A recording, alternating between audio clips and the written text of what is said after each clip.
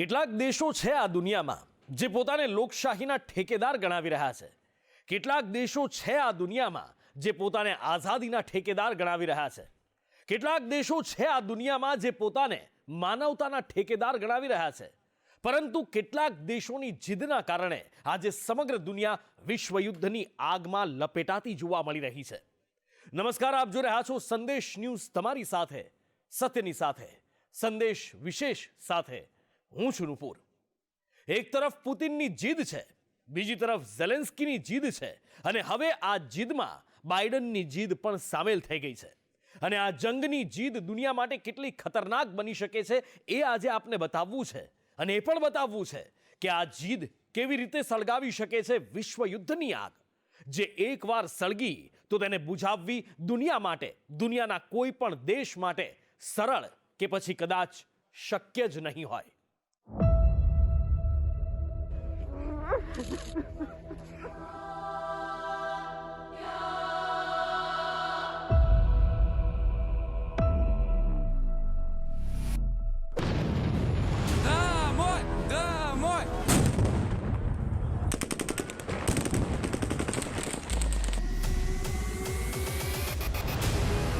યુદ્ધ કોઈ પણ હોય, પણ તેની સાચી કિંમત કોણ ચૂકવે છે એ જાણવું સૌથી જરૂરી છે.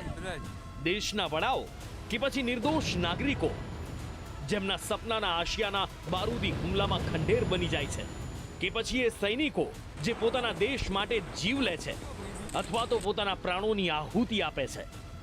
આંકડા એ વાતનો પુરાવો આપે છે કે પ્રથમ વિશ્વયુદ્ધ 4 વર્ષ ચાલ્યું, જેમાં 85 લાખ લોકોએ પોતાના પ્રાણ ગુમાવ્યા, પણ આ યુદ્ધમાં માણસાઈ હારી ગઈ.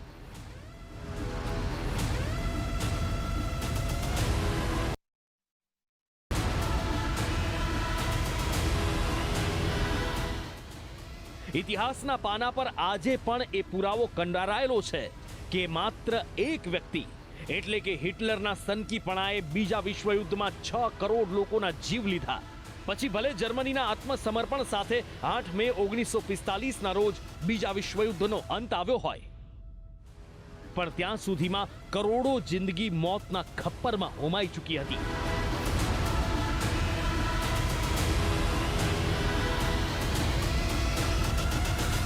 વિશ્વયુદ્ધ થશે ત્યારે શું થશે એનો જવાબ કે એની શક્યતા પહેલા એ વિશ્વયુદ્ધના સંકેત પાછળ રહેલા કારણો પર નજર કરીએ તો કારણ નંબર 1, સળગી રહેલી યુદ્ધની આગ વચ્ચે યુક્રેન બોર્ડર જઈ રહ્યા છે મહાસત્તા અમેરિકાના રાષ્ટ્રપતિ.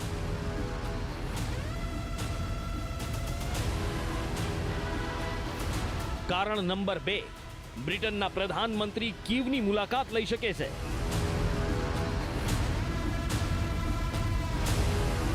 કારણ નંબર 3, ઝેલેન્સ્કીએ વિશ્વયુદ્ધનું સાયરન વગાડી દીધું.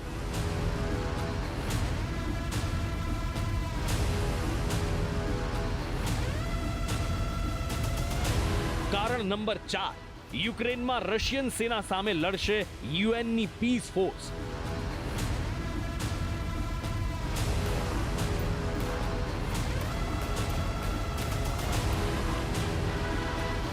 અને કારણ નંબર 5, પુતિનની મિસાઇલના ટાર્ગેટ પર છે 50 શહેર. પરમાણુનો રાગ આલાપી રહેલા પુતિન યુદ્ધ રોકવા તૈયાર નથી.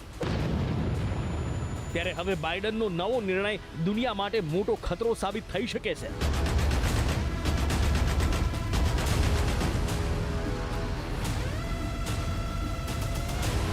કેમ કે યુક્રેન યુદ્ધમાં હવે અમેરિકાએ રશિયા સાથે સીધો પંગો લીધો છે. એ પંગો જે આવનારા દિવસોમાં સમગ્ર દુનિયા માટે વિનાશકારી સાબિત થઈ શકે છે. બાઇડનના નિર્ણય અને પરિસ્થિતિઓની વાત કરીએ તો બાઇડનની એન્ટ્રી થતા રશિયા હવે પોતાના બારૂદી હુમલાની ગતિ વધારશે.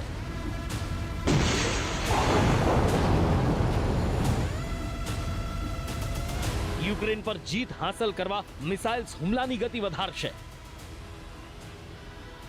અને બાઇડને જો પુતિનના હુમલા રોકવા માટે પોતાની સેનાનો ઉપયોગ કર્યો તો એ જ થશે જેનો ડર સમગ્ર દુનિયાને સતાવી રહ્યો છે, એટલે કે વિશ્વયુદ્ધ.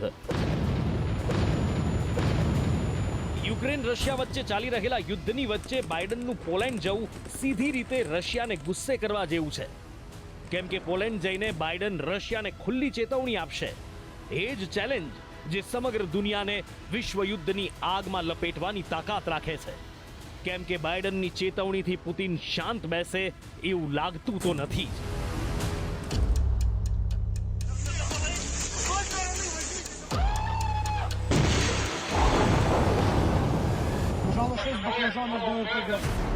શું થઈને રહેશે ત્રીજું વિશ્વયુદ્ધ?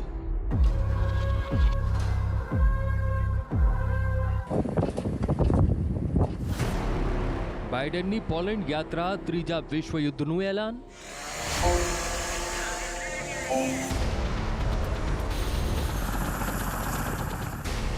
કયા દેશની શાંતિ સેના જશે યુક્રેન?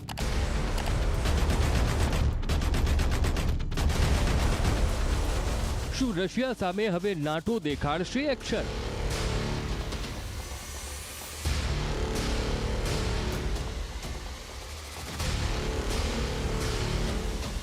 ઝેલેન્સ્કીની ચેતવણીથી ત્રીજા વિશ્વયુદ્ધના ભણકારા.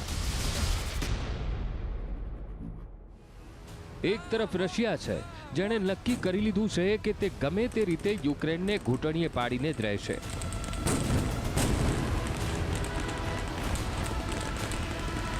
રાષ્ટ્રપતિ પુતિને યુદ્ધના તમામ નિયમો બદલી નાખ્યા. રશિયન સેના યુક્રેન પર તૂટી પડી છે. મિસાઇલ્સ છોડાઈ રહી છે. તોપના ગોળા યુક્રેનને રાખ કરી રહ્યા છે. શહેરોના શહેરો ખંડેર બની રહ્યા છે. મહાકાય ઇમારતો કાટમાળ બની રહી છે. રશિયા કોઈ પણ ભોગે યુક્રેન પર કબજો કરવાના પ્રયાસ કરી રહ્યું છે અને યુક્રેન પણ રશિયાને રોકવા માટે પોતાની તમામ શક્તિ લગાડી રહ્યું છે. પરંતુ આ ભયાનક યુદ્ધના 26મા દિવસે એ અહેવાલ સામે આવ્યા જેણે એ સંકેતને માનવા માટે મજબૂર કરી દીધા છે કે શું આ જ ત્રીજા વિશ્વયુદ્ધના સંકેત છે? યુક્રેનની ધરતી અત્યારે વિશ્વના સૌથી ખતરનાક વોર ઝોન પૈકી એક છે. એક તરફ માથા પર કફન બાંધીને યુદ્ધ લડી રહી છે યુક્રેનની સેના, તો બીજી તરફ શક્તિશાળી રશિયાની સેના છે. વિવિધ શહેરોમાં બંને દેશોની સેના આમને સામને છે. યુક્રેન દ્વારા પ્રતિબંધિત હથિયારોના ઉપયોગનો આરોપ લગાવાઈ રહ્યો છે. એવા સમયે હવે દાવો કરાઈ રહ્યો છે કે જંગના મેદાનમાં હવે ટૂંક જ સમયમાં સંયુક્ત રાષ્ટ્ર દ્વારા પીસ ફોર્સ કીપિંગ ફોર્સની તૈનાતી કરાશે. અને જો આવું થયું તો આગળ શું થશે એ વિચારવું જરૂરી છે. મહત્વનું છે કે યુક્રેન તરફથી સતત માંગ કરવામાં આવી રહી છે કે નાટો સેના રશિયાને રોકવા માટે આગળ આવે. એટલું જ નહીં, યુક્રેને નાટો સમક્ષ એરસ્પેસ બંધ કરવાની પણ વિનંતી કરી, પરંતુ નાટોએ સીધી રીતે યુદ્ધમાં યુક્રેનનો સાથ આપવાની ના પાડી દીધી. અત્યાર સુધીમાં નાટો દ્વારા માત્ર યુક્રેનને હથિયારો જ પહોંચાડી રહ્યા છે, એટલે કે યુક્રેનની સૈન્ય મદદ માટેનો વૈકલ્પિક માર્ગ શોધાઈ રહ્યો છે.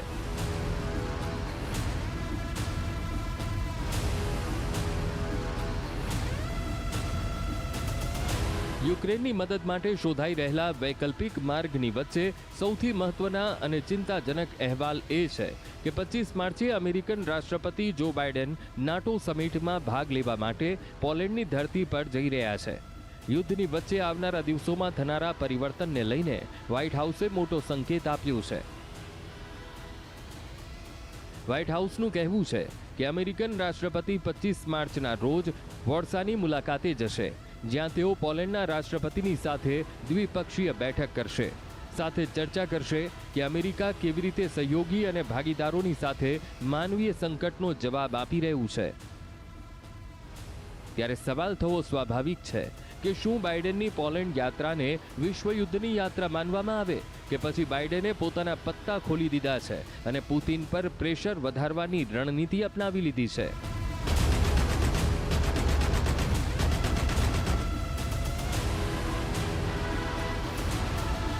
બાઇડનનો આ પ્રવાસ પુતિનની ઘેરાબંધી વધુ મજબૂત કરશે.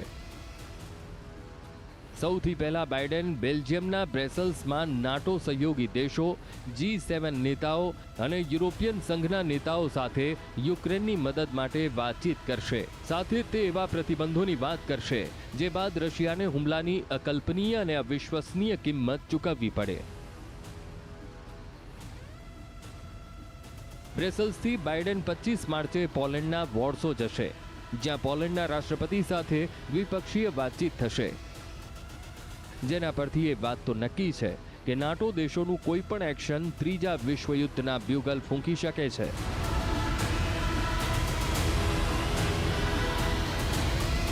મહત્વનું છે કે યુદ્ધની આગમાં સળગી રહેલી યુક્રેનની ધરતી વચ્ચે બાઇડનનું યુક્રેન સરહદ સુધી જવું પુતિન માટે સીધો સંદેશ છે કે યુક્રેનની સાથે હતા અને ભવિષ્યમાં પણ રહીશું, અને જો જરૂર પડી તો યુદ્ધના મેદાનમાં પ્રત્યક્ષ કે પરોક્ષ રીતે સામેલ પણ થશે. જો કે આ કમિટમેન્ટ બાઇડને યુદ્ધની શરૂઆતમાં જ કરી દીધું હતું. અહીં 3 વાત સમજવી જરૂરી છે, જે પૈકી પહેલી વાત, પોલેન્ડ પ્રવાસ પહેલા ચીનને અમેરિકાની ધમકી. ત્યારબાદ પોલેન્ડ પ્રવાસ પહેલા યુક્રેનને હથિયારોની મદદ. અને છેલ્લી વાત, પોલેન્ડ પ્રવાસ પહેલા પુતિનને એટમ બોમ્બની ધમકીનો જવાબ.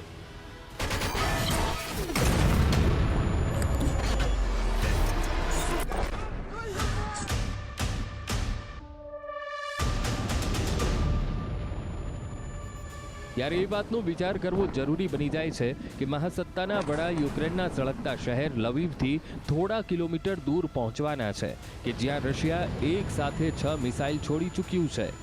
એટલે કે વોરઝોન વિસ્તારમાં જઈને બાઇડન યુક્રેન યુદ્ધને લઈને દુનિયાને મોટો સંદેશ આપવાનો પ્રયાસ કરી રહ્યા છે, એ વાતમાં કોઈ બેમત નથી.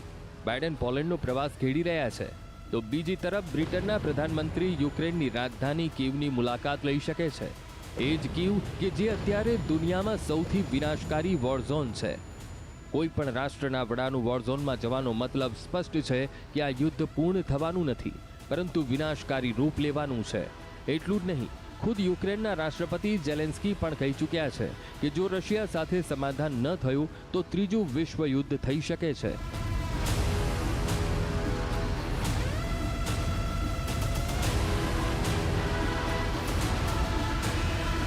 Для усіх наших міст.